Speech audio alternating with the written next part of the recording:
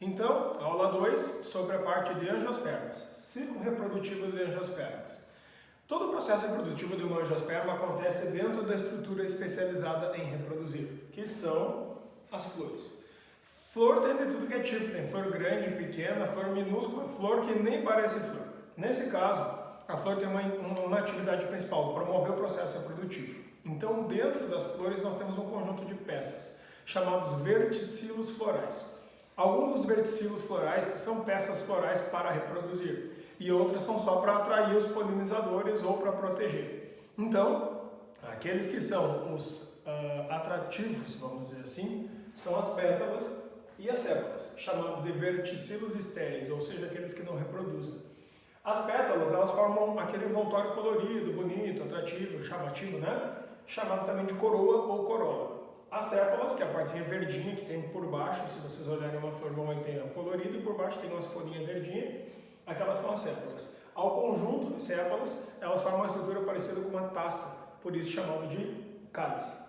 Aí, dentro dessa estrutura, a gente encontra as peças florais responsáveis, então, por fazer a reprodução, chamados de verticilos reprodutivos, que são o gineceu, ou aparelho reprodutor feminino, e aqui em laranja, o androceu, ou o aparelho reprodutor masculino.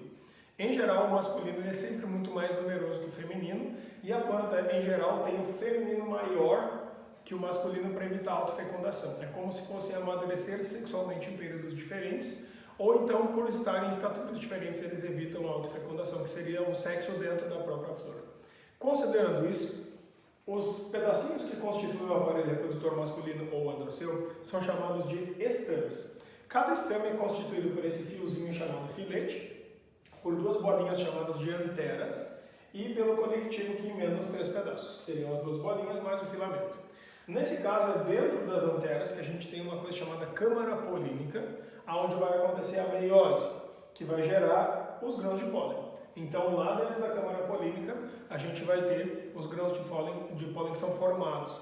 Nesse caso, se for um grão de pólen assim, com dois núcleos haploides e as camadas externas, as camadas de células externas formarem toda essa ranhura, isso significa que um grão de pólen para agarrar nos pelos ou nas penas de algum animal. E quando ele é assim, que ele tem os seus dois núcleos haploides lá dentro e tem duas expansões laterais, é tipo asa mesmo, que serve para poder voar com o vento. Então esse aqui é para polinizar com o vento. Nesse caso, cada núcleo que tem lá dentro, eles têm duas finalidades. Um deles é chamado núcleo vegetativo, ou seja, ele não tem papel reprodutivo, e o segundo é o núcleo espermático, ou núcleo reprodutivo, ou seja, só um deles fecunda, o outro só serve para ajudar a reproduzir. Então, o processo de sair de uma flor masculina na parte do androceu e levar o grão de pólen até uma outra flor e chegar na porção feminina, que é o gineceu, a gente chama de polinização. Essa polinização significa que vai ter que sair daqui e voar até lá. Quando acontece isso, a polinização ela pode ser realizada pelo vento, então o grão de pólen desse tipo aqui, leve e seco para poder voar mais fácil. Chama-se anemofilia, que é quando o vento carrega. Quando a gente tem uma flor que tem algum tipo de atrativo, como gosto ou cheiro muito atrativo, e aí os bichos são atraídos para lá, então entra num outro grupo, que pode ser por insetos, tipo abelha, marimbondo, vespa ou de repente besouros, chamado de entomofilia. Quando a gente tem aves, tipo o próprio beija-flor que todo mundo conhece, chama-se ornitofilia. E um caso mais raro e atípico, que é o que acontece, por exemplo, com as bananeiras, que vão atrair morcegos para polinizar, e aí nós temos um fenômeno chamado de quirópterofilia. Então, nesse caso, os morcegos eles polinizam alguns tipos de plantas, como alguns cactos e também as bananeiras. Então, não quer dizer que ele vai contaminar a tua flor ou o resto, tá? Mas, a princípio, o do morcego ele é o menos comum de todos. Então, os processos de polinização consistem, na prática, em tirar o grão de pólen de uma flor do pedaço masculino e levar até outra flor no pedaço feminino. O pedaço feminino, ou o aparelho reprodutor feminino chamado gineceu, ele é composto de uma ou mais unidades, normalmente não muitas, chamadas pistilos ou carpelos. Cada pistilo ou carpelo ele é dotado das seguintes partes. Estigma é a pontinha de cima da entrada, estilete, que é esse canudinho que vai até lá embaixo, e o ovário, que é a parte redonda. Dentro do ovário é que vai acontecer meiose. Então, se a gente ampliasse bastante a estrutura feminina para ver como se dá o processo reprodutivo lá dentro, a gente vai ver que lá em cima, na parte do estigma, a gente vai ter, então, normalmente, algum tipo de atrativo é uma forma de agarrar o grão de pólen. Então, o grão de pólen é levado até lá em cima, ou pelo vento, ou por um animal, nesse caso, pelo tipo de grão de pólen, por um animal. O que acabaria acontecendo, então, é que esse grão de pólen chega lá em cima, e o primeiro núcleo que está lá embaixo, tá? Esse primeiro haploide aqui em azul, ele chama-se núcleo vegetativo. Durante o processo de reprodução, ele literalmente se desintegra, ele se desmancha, e no momento que ele se desmancha, toda a energia dele é usada para criar esse grande túnel em azul. Esse tubo azul é chamado de sifão ou tubo polínico, que significa o tubo do grão de pólen. A partir do momento que esse grão de pólen está aqui com esse tubo grandão, nós temos o que nós conhecemos como gametófito masculino, ou seja, uma coisa microscópica, tu não enxergaria a olho nu. Aí, quando esse tubo cresceu, aquele segundo núcleo que ficou lá se chama núcleo espermático ou núcleo reprodutivo. Ele é haploide e quando ele começa a cair aqui para dentro, ele sofre uma mitose, que é aquele processo de divisão celular que transforma uma célula em duas. Só que agora acontece só com um núcleo e ele se transforma em dois núcleos. O que vai na frente é chamado de primeiro núcleo reprodutivo, e ele é N, e o segundo que vai cair na sequência, que é a cópia do primeiro, chama-se segundo núcleo reprodutivo. O conteúdo genético de ambos é exatamente idêntico, não muda nada. Então, quando eles chegam lá embaixo, o que vai acabar acontecendo é que nós vamos agora encontrar as células do aparelho reprodutor feminino de fecundação. Lembrem que nós tínhamos visto que aqui dentro do ovário acontece uma meiose, um processo de divisão celular que embaralha e diminui o número de cromossomos das células. Então, ali dentro se forma uma estrutura que é essa em vermelho chamada de óvulo. Não façam confusão de óvulo de bicho com óvulo de planta, tá? Então, nesse caso, esse óvulo aqui, ele é formado por duas camadinhas. Cada uma dessas camadas, elas na verdade, chamadas primeira e secundina, vão ser as responsáveis por formar depois a semente, aquilo que nós temos das sementes. Então, dentro dessa camada, nós temos essa bolha, esse envoltório verde que está aqui dentro do óvulo. Essa bolha verde é chamada então de saco embrionário. Dentro desse saco embrionário, a gente vai ter aqui duas células, que são chamadas células companheiras, e outras três células que normalmente ficam lá no canto oposto, chamado de antípodas. Para que servem essas células? Todas elas são haploides, tá? O papel delas não existe. Tipo, não tem nada de importante que vocês devam se ligar. Agora, essas outras que estão em azul, essas sim são importantes. A primeira, que é a que fica bem na portinha do óvulo, chamada então essa portinha de micrópila, essa primeira chama-se oosfera, ou é a célula feminina de reprodução. Ela é haploide. Lá no meio, a gente teve uma meiose que formou dois ou mais grupos celulares. Então, nesse caso, quando são duas células, cada uma delas é haploide. Então, o conjunto dessas duas chama-se células ou glóbulos polares, ou também chamado mesocisto. Ele é pelo menos 2N, é 2N ou mais, tá? Então, é normal ser assim. O que vai acabar acontecendo? Só esse conjunto, saco embrionário, com essas células aqui, é o gametófito feminino, que também é microscópico, que a gente também não enxerga a olho nu. Então, vejam que todo o resto de uma planta vai ser o esporófito. E só essas duas partes, o grão de pólen com esse tubo e a parte do saco embrionário, são os gametófitos. Então, como se dá o processo de reprodução? Ele acontece de duas formas, chamado de fecundação dupla das angiospermas, que é o seguinte: o primeiro núcleo reprodutivo que vem vindo na frente, ele vem, passa e pega a primeira célula, a oosfera, e fecunda a primeira vez. Então, fecundação dupla começa quando o primeiro núcleo reprodutivo, que é N, fecunda a oosfera, que é N. Isso vai resultar no embrião.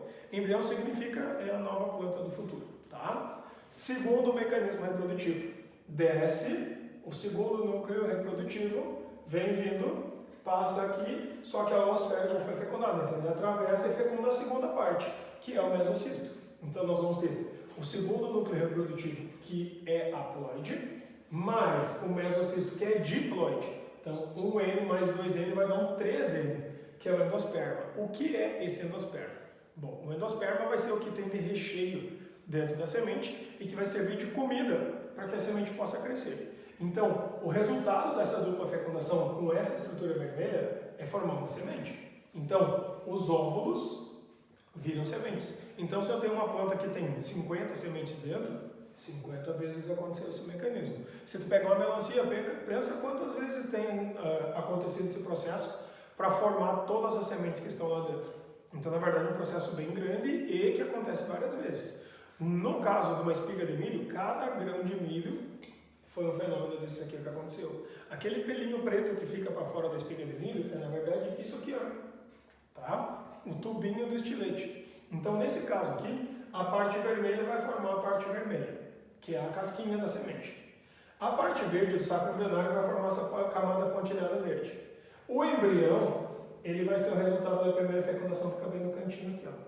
Quem já comeu caqui e já abriu a semente, algumas crianças fazem isso, vê que dentro dela as pessoas dizem que tem uma faquinha, que tem um garfinho, que tem uma colher. O que é aquilo que a pessoa está vendo? É o embrião. Então, aquilo que as pessoas dizem que é uma colher ou que é uma faquinha, na verdade é a folhinha novinha. E aquilo que as pessoas dizem que é um garfinho, são as primeiras raizinhas que estão crescendo. Já está ali, aquilo é o embrião, dá para enxergar o olho nu. Quando a gente bota um feijão para germinar no algodão ou um milho, o que acaba acontecendo é que é esse embrião que começa a sair de lá de dentro. Quando acontece isso, ele tem que comer alguma coisa, até porque ele está saindo de dentro da semente onde estava completamente escuro. Sendo assim, enquanto a semente está germinando, ela é um indivíduo heterotrófico, que come e não fabrica seu próprio alimento. Então, o que essa semente está comendo? Ela está comendo isso aqui, o recheio, que é o endosperma, que é o resultado da segunda fecundação. O endosperma, quimicamente falando, ele é um grande depósito de amido, ou seja, a mesma coisa que tu comer o recheio do arroz, o recheio da batata, da mandioca. Tem muitos carboidratos, que são moléculas energéticas, e que o embrião vai desmanchando. Então, o embrião vai decompondo essa parte do meio e vai se alimentando. Quando ele botar a primeira folhinha para fora, ele já começa a tentar fazer fotossíntese, e aí, aos poucos, ele vai se transformar numa plantinha de verdade. Sendo assim, o número de vezes que o processo de fecundação dupla acontecer vai ser igual ao número de sementes que tem dentro do fruto.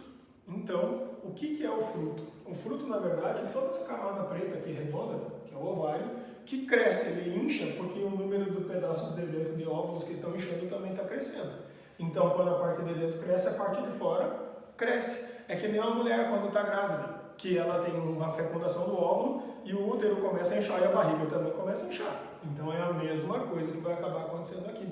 Sendo assim, os ovários, que é a parte de fora, darão origem para os frutos, tipo a laranja, a melancia, o tomate, o pepino, a goiaba, uma azeitona, um coco, não interessa, todos eles. E essa partezinha aqui, que é a semente, ela vai sair do óvulo desenvolvido. Sendo assim, a gente deve cuidar porque já se fez em várias provas de vestibular a seguinte correlação. Primeiro, em animais, as estruturas reprodutivas são útero, que é diploide, ovário, que é diploide, e óvulo, que é haploide. Para não fazer essa confusão, cuidado com o seguinte: o útero de uma fêmea animal equivale ao ovário da parte vegetal feminina, é diploide também. O ovário de um animal equivale ao óvulo de uma fêmea dos animais, dos vegetais. E o óvulo, que é haploide, equivale à oosfera. Então, ó, o ovário, o óvulo, a oosfera. Cuidado para não fazerem confusão, porque o óvulo de gente não é igual ao óvulo de planta. O ovário de gente não é igual ao ovário de planta, são coisas diferentes. Então, a mais importante das correlações é essa. O óvulo, em vocês mulheres, todas as mulheres, equivale ao oosfera da célula vegetal, que é a parte haploide. Aí, por último, para finalizar a parte reprodutiva, quando o ovário cresce, ele resulta num fruto diploide.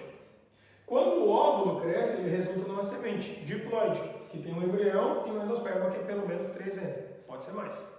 E quando a oosfera sofre fecundação, ela era N, mas daí como ela vai receber mais um N que vem da parte masculina, forma um embrião, que é 2N, ou seja, que vai ser a nova plantinha. Então, quando acontece isso, o ciclo reprodutivo das angiospermas, por mais que ele pareça até mais complexo, ele é muito mais efetivo, porque ele gera várias e várias sementes aqui dentro, diretamente do óvulo, e como ele tem um atrativo, o bicho vai lá comer e acaba espalhando as sementes, fazendo cocô, ou então cuspindo, ou então, por exemplo, um exemplo simples, que provavelmente muitos já viram, que é quando a pessoa pega e caminha na grama, e daqui a pouco lá nos pés está cheio de picão ou pega-pega colado. Cada picão, cada pega-pega é um exemplo de uma sementinha. Aí o que tu faz com aquilo? Tira da tua roupa e joga na natureza. Logo em seguida, a planta começa a nascer ali. Então isso melhora, através do desenvolvimento do fruto que vai sair disso aqui, toda a parte de disseminação de sementes e, portanto, o sucesso reprodutivo dos vegetais. Lembre, reprodução significa fazer filho para poder ter filho, ou seja, perpetuação da espécie. Então, os tipos de frutos que podem ser formados a partir do ovário, o número de sementes e as condições desse fruto, isso vocês vão aprender em outra aula, onde vocês vão aprender especificamente os tipos de frutos que existem. Isso finaliza, por enquanto, a parte de taxonomia de plantas, em especial a divisão das angiospermas.